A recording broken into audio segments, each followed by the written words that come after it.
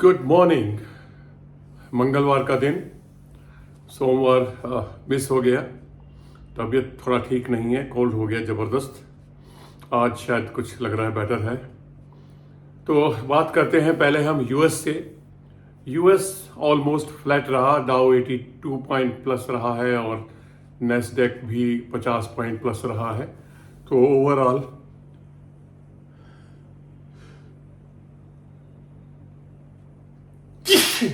Sorry, अभी असर है। आई होप ठीक हो जाना चाहिए आज। चलिए आगे बढ़ते हैं। उसके बाद ट्रंप साहिब की एक और खबर आई है कि ऑस्ट्रेलिया को धमकी दी है उन्होंने। हुआ क्या है कि ऑस्ट्रेलिया ने चीन के साथ अपनी तालमेल को या अपने बिजनेस इंटरेस्ट को दिखाया है, यानी इनडायरेक्टली वो चाइना के प्रो हो गया है। तो ट्रंप साहब को झटका लगा है और उन्होंने भयंकर परिणाम भुगतने की चेतावनी दी है। देखते हैं वो क्या करते हैं। इतनी दूर पड़े हुए ऑस्ट्रेलिया का वो क्या बिगाड़ेंगे, देखना बाकी है अभी। इसके बाद हमारे यहाँ पर मार्केट ऑलमोस्ट 67 पॉइंट नेगेटिव रहा और इंडेक्स भी लगभग 247 पॉइंट, लेकिन हाँ बैंकिंग इंडेक्स 10 पॉइंट्स पॉजिटिव रहा। उसके बाद आज मार्केट, मुझे लगता है आज मार्केट करवट बदलेगा और आज हरियाली आपको देखने को मिलेगी। स्टॉक स्पेसिफिक एक्शन तो होगा ही, जिनका भी रिजल्ट आज आना है उनका स्टॉक स्पेसिफिक एक्शन तो होगा ही होगा। जैसे कि HDFC life, ICICI Lombard, bank of Maharashtra, Swaraj engine जैसी कंपनियों का रिजल्ट आएगा तो उनका तो स्टॉक एक्शन होगा ही। उनका भी स्टॉक एक्शन होगा जिनके रिजल्ट्स आए थे, जैसे कि HCL टेक का रिजल्ट निराशाजनक रहा, 10% डाउन रहा प्रॉफिट। टाटा टेक का भी कोई बहुत बेहतरीन रहा, मिला जुला है, लेकिन मुझे लगता है मार्केट को पसंद नहीं आएगा। सन फार्मा, दीपक फर्टिलाइजर और ओबेरॉय रियल्टी पे भी एक्शन दिखाई दे सकता है उनके रिजल्ट्स के परिणाम के फलस्वरूप। अब आगे बढ़ते हैं। आगे आज मार्केट क्यों हरियाली पे जाएगा, मुझे लगता है उसका रीजन है 2.1 का इन्फ्लेशन रेट, यानी कि इन्फ्लेशन घट गया है जो 77 महीने की 77 मंथ्स के लो पे पहुंच गया है। पिछली बार लास्ट मंथ 2.10 था, तो इस बार 2.1 है। तो ये अपने आप में एक अच्छी खबर है जो मार्केट में हरियाली लाएगी। वो बात अलग है कि कुछ स्टॉक नेगेटिव रहेंगे अपने रिजल्ट्स के बेसिस पे।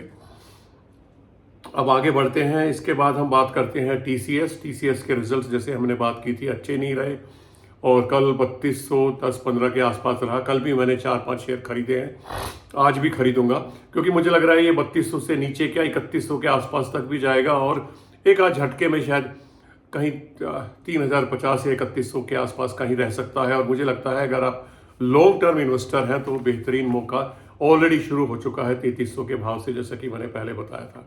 अब तो 3210 पर आ रहा है, आज भी और थोड़ा बहुत हो सकता है लुढ़क जाए, लेकिन इन्फ्लेशन का डाटा हो सकता है थोड़ा सा चढ़ा दे इनको। तो टेक महिंद्रा HCL भी नेगेटिव रहे और आज फिर ऐसे ही कंटिन्यू IT में तो चलने की उम्मीद है, तो आप नज़र बना के रखिए। उसके बाद झटका लगा ओला इलेक्ट्रिक, कमाल हो गया। हुंडई मोटर्स ने अपने शेयर बेचे, रिजल्ट्स में 428 करोड़ का घाटा। किया ने अपने शेयर बेचे और छलांग लगाई, 20% का अपर सर्किट लगा, कमाल है। लेकिन ये कोई लग नहीं रहा कुछ ऐसा कुछ परमानेंट है, क्योंकि इन्होंने अपनी प्लान जो है नेक्स्ट ईयर की थोड़ा सा फेवरेबल घोषित की है, तो इसलिए छलांग लगी है। 800 से लेके 1000 करोड़ का इन्वेस्टमेंट भी इन्होंने जाहिर किया है कि करेंगे, लेकिन उन्हीं के एक सीनियर मैनेजमेंट ऑफिशियल ने इसको डिनाई किया है। तो देखना ये है कि आज ये किस करवट बैठता है। तो ऐसा कुछ है नहीं, इसमें फंसे ना, अगर है तो पड़े रहे, लेकिन नई खरीदारी बिल्कुल भी ना करें, खरीदने का मौका नहीं है ये। इसके बाद अगली खबर है NLC 4% का स्टेक डी इन्वेस्टमेंट हो रहा है, यानी कि FPO आने की उम्मीद है। कोल इंडिया की सब्सिडरी है, सरकारी है। गवर्नमेंट इसमें 4% स्टेक घटा रही है, ध्यान रखिएगा। IDBI और ITDC अभी गवर्नमेंट के लिस्ट में है जहां पे डिसइन्वेस्टमेंट होना है। इसके बाद एक बड़ा बेहतरीन आर्टिकल पढ़ रहा था मैं कि जो हमारी आजकल की जो जनरेशन है, Gen Z जिसको कहते हैं, Gen Z जिसको कहते हैं, is shaping its way to dining into an expression way. यानी कि खाने पीने को वो अपने एक्सप्रेशन को व्यक्त करने के लिए इस्तेमाल कर रहे हैं, स्पेशली सेल्फ एक्सप्रेशन के लिए, सोशल एक्सप्रेशन के लिए, कनेक्शन और नेटवर्क शो करने के लिए, और थोड़ा सा एथिकल एनाइलमेंट के लिए उनका खाने पीने की तरफ थोड़ा सा अटेंशन है। ये एक रिसर्च रिपोर्ट है जो सामने आई है। उसके बाद एफआईज की बात करते हैं। एफआई ने शुक्रवार को 5,200 करोड़ की बिकवाली की है। अब तक 13,000 करोड़ की बिकवाली हो चुकी है। कल का आंकड़ा मेरे पास अभी नहीं आया है। एक और नई खबर मैं पढ़ रहा था कि म्यूचुअल फंड कैश पे बैठे हुए हैं। कुछ फंड्स ने, जिसमें मोतीलाल ओसवाल और क्वांट ने, तो 13,000 करोड़ की बिकवाली की है, क्योंकि वो उम्मीद कर रहे हैं मार्केट नीचे जाएगी और नीचे वाले भाव पे इन्वेस्ट करने का बढ़िया बेहतरीन मौका मिलेगा। तो एसबीआई जिसमें सबसे ऊपर है, सबसे ज़्यादा फंड उनके पास है, सभी के पास है ज़्यादातर, कुछ कुछ के पास तो 25-30 हजार करोड़ से ज़्यादा का फंड है। चलिए, उसके बाद जेपी पावर में खबर रही। जेपी पावर छलांग मारता रहा, कोई रिजल्ट कोई अच्छा नहीं आया, लेकिन खबर वही चल रही है कि अडानी ग्रुप, अडानी पावर इसमें इंटरेस्टेड है और शायद वो खरीदने के लगभग फाइनल स्टेज पे है।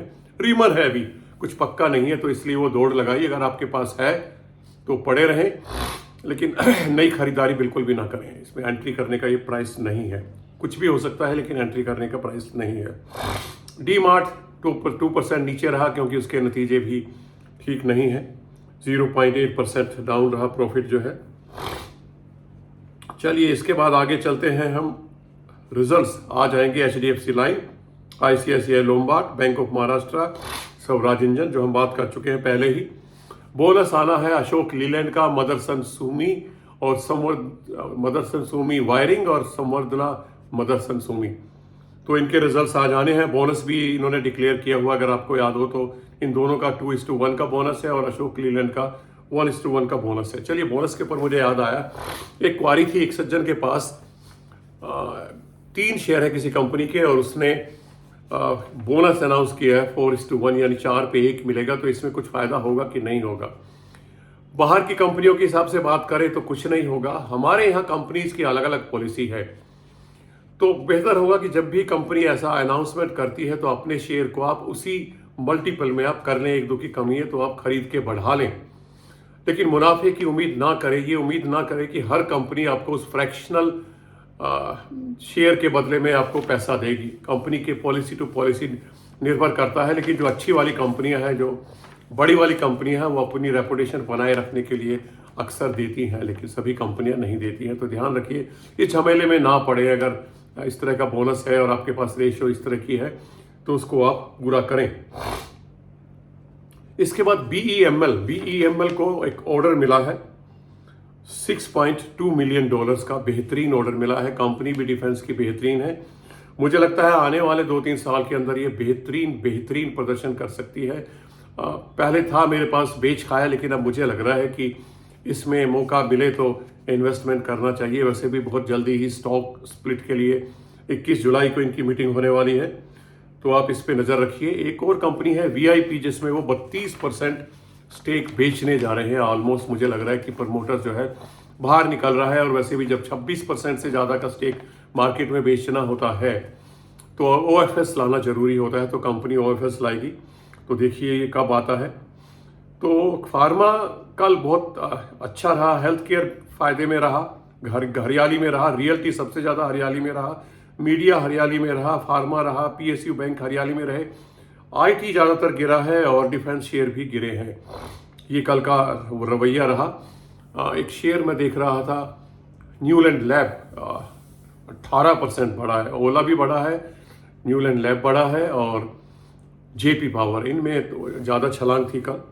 तो थोड़ा सा ध्यान रखिएगा, एंट्री करने के पॉइंट्स नहीं है जिनमें छलांग होती है।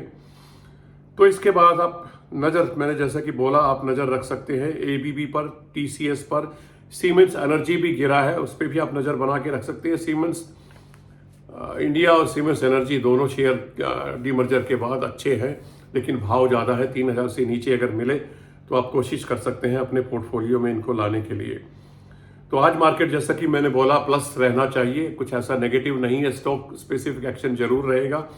एलएनटी अगर आपके पास नहीं है, टीसीएस आपके पास नहीं है, तो इन पे आपको जरूर नज़र बना के रखनी चाहिए। मुझे लगता है कि TCS थोड़ा बहुत गिर जाएगा, कोई ताज्जुब नहीं होगा, लेकिन एक्यूमुलेशन शुरू हो सकता है। सेम LNT में ज़्यादा गिरने की गुंजाइश नहीं है, लेकिन थोड़ा बहुत हो सकता है वो गिर जाए। लेकिन आपके पोर्टफोलियो के अंदर अगर ये है या आप लेते हैं तो मुझे लगता है कि कम से कम 25 से 30% का रिटर्न आपको ये 2 साल में दे सकता है, ये मेरा अंदाजा है।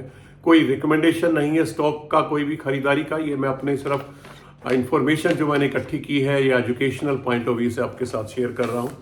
तो इसके बिहाफ पे कोई भी खरीदारी ना करें, अपनी रिसर्च करें और उसके बाद फिर आप देखें। तो HCL भी मुझे लगता है कि गिरेगा आज, क्योंकि रिजल्ट बहुत नीचे रहा है, 10% डाउन रहा है। और एक और अच्छी खबर है, जो जेन स्ट्रीट का घपला चल रहा था, उन्होंने 4843.5 करोड़ जमा कर दिए हैं, जैसा कि सेबी ने इंटरिम आदेश दिया था। अभी इन्वेस्टिगेशन चल रहा है जो 6 से 8 महीने तक चलेगा, लेकिन मुझे लगता है जो मेजर काम था वो हो गया है। जुर्माना उन्होंने अपनी बेईमानी कबूल करते हुए जमा करा दिया है, अदरवाइज मार्केट से डिबार हो जाते हैं, क्योंकि अगर वो 1 साल के लिए भी डिबार हो जाते हैं तो बहुत नुकसान होता। करोड़ों, कई हजार करोड़ उनका लगा हुआ है। तो इसलिए अकलबंदी की उन्होंने और पैसा जमा करा दिए। उनको पता है कि वसूल कर लेंगे 2-3 महीने में, तो कोई फर्क पड़ने वाला नहीं है। और मुझे भी नहीं लगता कि आने वाले 6-8 महीने में कोई ज़्यादा कुछ इन्वेस्टिगेशन में सामने आएगा, क्योंकि कंपनी ने एक फेवरेबल डिसीजन लिया है अपना पैसा जमा करा के। तो आज के लिए इतना ही। देखते हैं आज कहाँ कहाँ खरीदारी करते हैं, या प्रॉफिट बुक करने का मौका तो मुझे नहीं लग रहा कि अभी है, तो अभी इंतजार करना चाहिए प्रॉफिट बुक करने के लिए।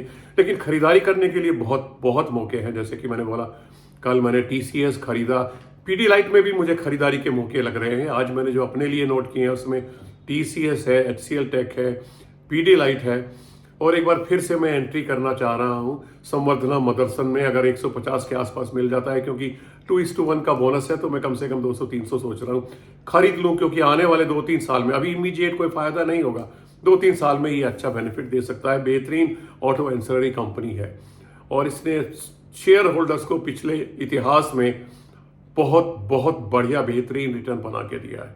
चलिए, आज के लिए इतना ही। कल फिर मिलेंगे, तब तक के लिए नमस्कार।